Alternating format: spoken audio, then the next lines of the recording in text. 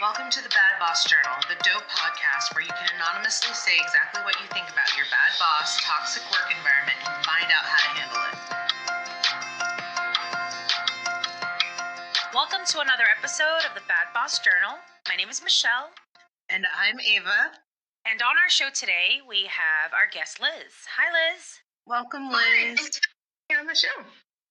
Yeah, thanks so much for coming on. We're really excited to have you on, especially because I just found out you are a psychologist. Yes, that's correct. Ava knows that if I could have everything in terms of the financial freedom to go back to school, that is what I want to go back to school for. So, very excited. Thanks, I'm excited to be here too. Thanks for being here. So, transition. Let's get started and please share with us your bad boss story. Yeah, so I think my, worst boss / kind of most difficult boss to deal with was a boss who really just displayed a lot of erratic behavior. She was kind of a screamer, just so difficult to be around. She berated people. And, if trust is the foundation of all of our relationships with people, then, I was coming to work every day feeling like it was just so unpredictable and chaotic. I didn't know, was she going to be nice to the team? Was she not going to be nice to the team? And as a result of that, so many negative things followed. And to make matters worse, I think she didn't seem to have any insight that her behavior in the workplace was not acceptable, nor would she ever own any responsibility for the harm that she was causing. So the team felt very helpless and kind of hopeless and had, just felt like, what can we do? So that sort of in a nutshell, I think those are the most difficult aspects of working with someone like that. How long did you have to work with that person? I guess, let's see, 8 months. Yeah. Wow. Yeah. And then how did that work relationship end? After that 8 months, was it because you moved out of that job or that person got out? So that I stayed in my job and that person ended up moving. And I think part of what was a saving grace was knowing that, it was going to be time limited. Exactly how time limited it would be at, I didn't know at the time. But I knew at least that it was going to be time limited.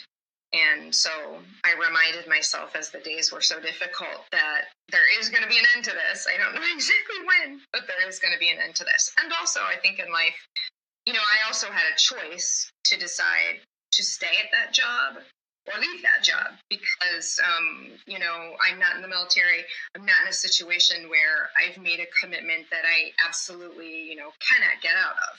So I also reminded myself what one of my mentors said, which was one of the most important things I think anyone has said to me, my favorite psychiatrist mentor in graduate school, that, we have a choice all the time, how do we want to respond to the environment?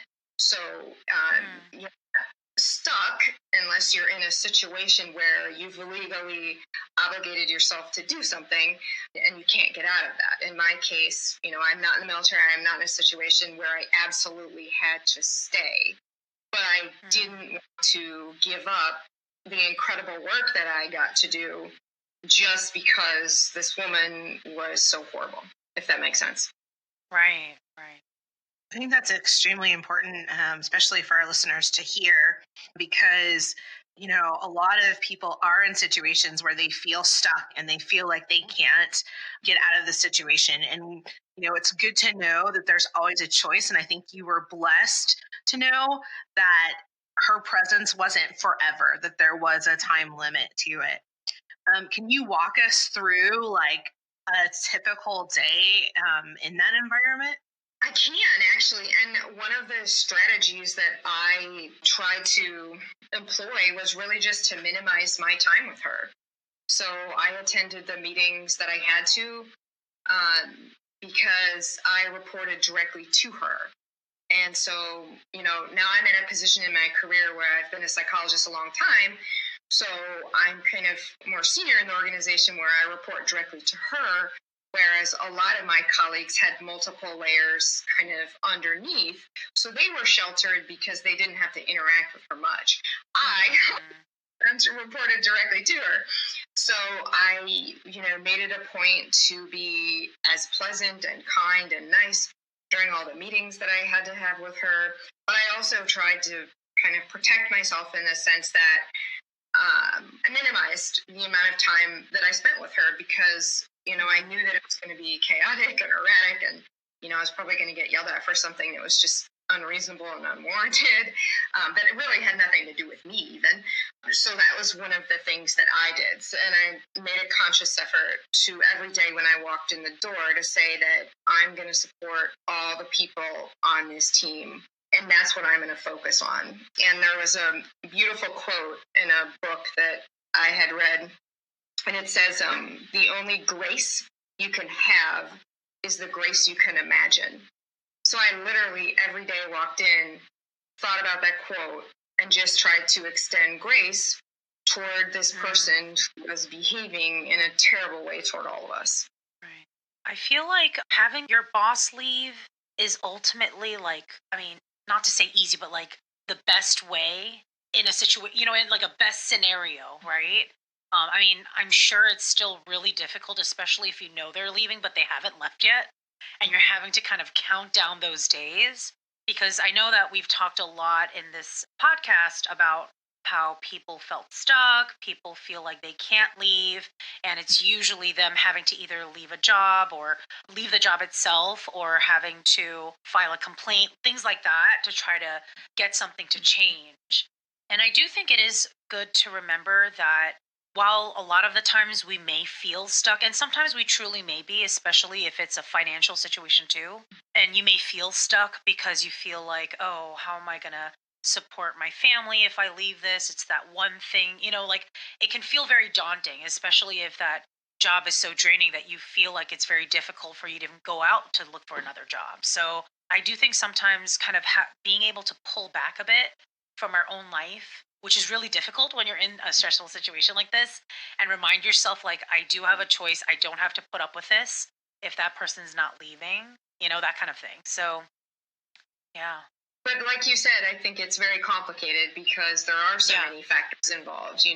For people who have children who feel like they need to stay at a job because it gives them so much flexibility. And so there are sometimes, just as you mentioned, circumstances that would make it so challenging to leave that I can understand why people do feel stuck. And that was what my mentor was trying to help me understand, that from a psychological standpoint, at least, like I could remind myself, even if I felt like, okay, I have to stay here.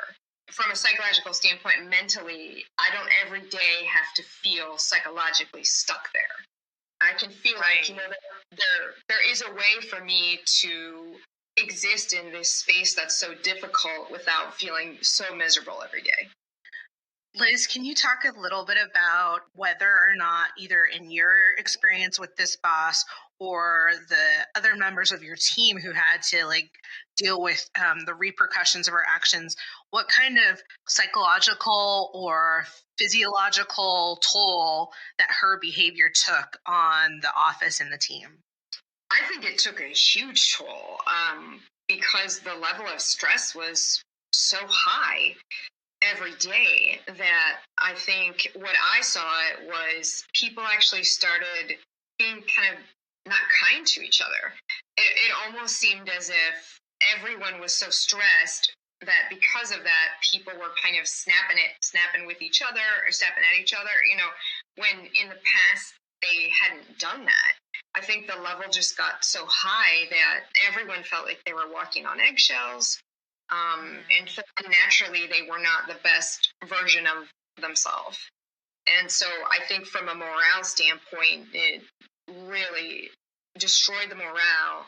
And then it made people quite anxious because the unpredictable nature of when this woman was going to get angry No one could predict that, nor could anyone, adjust their behavior to try to prevent it. So, you really are in a situation where somebody is being well, they aren't kind of being verbally abusive, they are being verbally abusive. And Right. since it's chaotic and you don't know when it's going to happen, that's actually even more upsetting. Right. Was it just you who was the psychologist in this work dynamic, or were there multiple people? No, just Because me. that's Yeah. okay. Because I was like, Just me. man, if it's like a whole organization full of people who work in this type of environment, I cannot imagine the ego you would have to know, you know what I mean, to know psychology and psychiatry and then act that way. So that's Yeah. good to know. That's good to know. Thing is, okay, so I am the psychologist, and I was doing more consulting work, so I wasn't Ah, seeing okay. clinical patients, anything like that.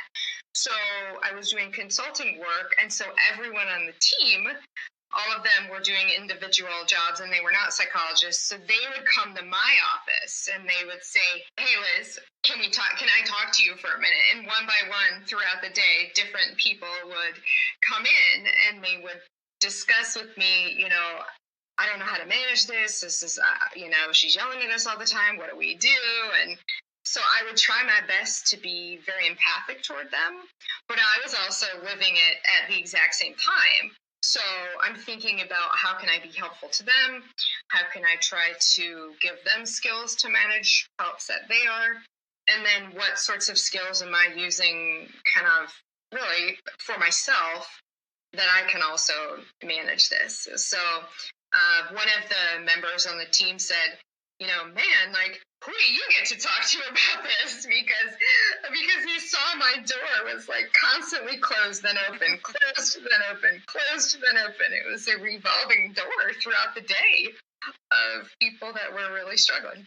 So not only were you working at your regular job, but on top of that, during your work hours, you were also therapying everyone. Wow. Exactly. Wow, that's Exactly. a lot. That's a lot to handle. So, in the end, do you think that this boss, or did this boss ever really acknowledge or come to any understanding of her behavior and its impact on the team? No, and that I think is what's very sad. No matter how many ways we tried to express what we were trying to articulate, it just seemed to constantly fall on deaf ears. That she just would not listen to what we were trying to say or ever accept any responsibility for behaving in a way that was very upsetting in team meetings. And so everyone got to the point where, they felt like you just couldn't even have a dialogue with her, because if you tried to have a dialogue about, just saying something such as, "I'm not sure you're aware, but, when you are snapping at everyone all the time, people are feeling anxious about bringing up new ideas to you." But because she had so little insight into how she was behaving, that if anyone would try to make a statement in that vein, you sort of would just get kind of almost snapped at more, as if I don't have a problem, like you have the problem communicating. So that just made it difficult, because everyone wanted to have a nice discussion around how can we make this team, better, in the sense that people are behaving professionally, and it just we just weren't able to do that with her, because she just continued to demonstrate, no insight into what was happening. Now, I know you talked about, which we're grateful for, that her transitioning. And in my work experience, that a lot of times when somebody transitions, there's usually like a festive going away of sorts or things like that. Based on this leader's behavior, how did the team approach that? Which I imagine would probably be an awkward situation. Yeah, I mean, it's a great question, and I think everyone approached it in a different way. So some people chose not to be a part of the final day that she was there. I think everyone in their own way decided how they were going to manage that, because some people felt like, I'm not going to pretend that this time was okay. So I'm not going to stand here and, watch you be recognized by your boss for the great work that you did when you've been a terror to the rest of us for this time. And then other Absolutely. people felt like politically in the organization, it was important for them to show up at a ceremony for, her transition. And that, I think, was just the way that individuals tried to manage it. They really just decided what they wanted to do and what they felt like was not always the right thing to do, but I guess I should say like the right thing for them. They may have thought, well, politically, I probably should be at this ceremony, but I don't want to Mhm. go. So I'm either going to go and not be happy I'm here, or I'm not going to go. And then it's obvious to other people that I'm not there. So I think people felt like they were in a bind. They didn't know what to do, really. Yeah. Yeah, definitely complicated. Michelle, what do you Like think to the about that? it's like to the day she leaves. It is an absolute torture. Yeah. you know? Yeah. Yeah. Yeah, and I think that's kind of the sadness of it. Then I think, especially as a psychologist, that there was no reason for it. There's never a reason to be yelling at people or being disrespectful to people. I mean, I say this all the time to my team. We can have constructive dialogue that involves people being very honest with each other and saying things like, I'm not really sure that's a great idea. I think if you do this, these negative consequences will happen. If it's delivered in a way that's respectful and, professional, and it's coming from a great place, we can sit around the table, we can disagree, we can try to come up with what we think is going to be a great consensus for the organization. So what I struggle with was, why do you feel like you need to yell at us? I grew up in the Midwest. My family is Catholic, in the Franciscan tradition. I mean, you just don't treat people like that. It's just it's not part of my value system. And so it was hard for me to have to endure that and watch that, especially feeling like it wasn't necessary. Everyone was always listening to her. I mean, she didn't need to raise her voice. She didn't need to shout at us. She didn't, everyone was always listening to her. So it just wasn't necessary. I'm wondering if your previous boss had the idea, that really old mindset of how a boss is strict, uses force, scares people into submission so everybody listens. Because I feel like that's such an old, and it's been proven to be so unfruitful. And I mean, I've had a boss like that who will, every time I have an in-person meeting, will be like, oh no, you have to be mean, you have to, when people would joke around and be like, oh, Michelle's mean because she speaks her mind, and I'd be like, actually no, like, I'm very careful when I'm giving out criticism, though, or if I have a differing opinion, I always try to be very mindful.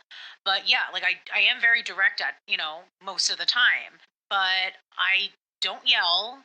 I don't, curse people out. I'm very tactful about how I write my emails and texts because I'm afraid of coming, like, just to make sure, because, words always written down seem different than in context a lot of times. So it's like, it's so weird to me that people think that that still works. Well, and I think as a psychologist, it says something about, as you mentioned, the person and how they were raised and what they thought was acceptable. And as you kind of use the word worked, like what worked for that person.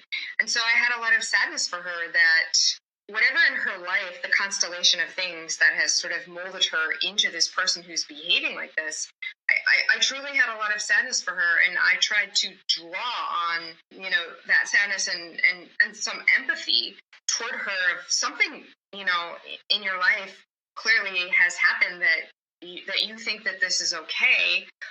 And when the rest of us, and I think everyone else in a professional environment would say, no, it's actually really not okay. You can still be perceived as competent and capable and tough without having to scream, without having to have these overly displays of emotion that are just kind of over the top, I think. So I tried to draw upon empathy for what must have been happening in her life, how she must have been raised. And that also Right. gave me a little bit of peace to manage my own feelings around it, because like I said, I was not raised in a tradition where that was acceptable at all. Right. Right. It's interesting that you say that, and I applaud you for the empathy that you showed in your situation, because I think many of us would have, unfortunately not gone high in such a situation and had a few choice words for this boss. But you made me think that in your last comment about potentially, as maybe this boss as a female felt like she needed to overcompensate for things in her career, for her gender.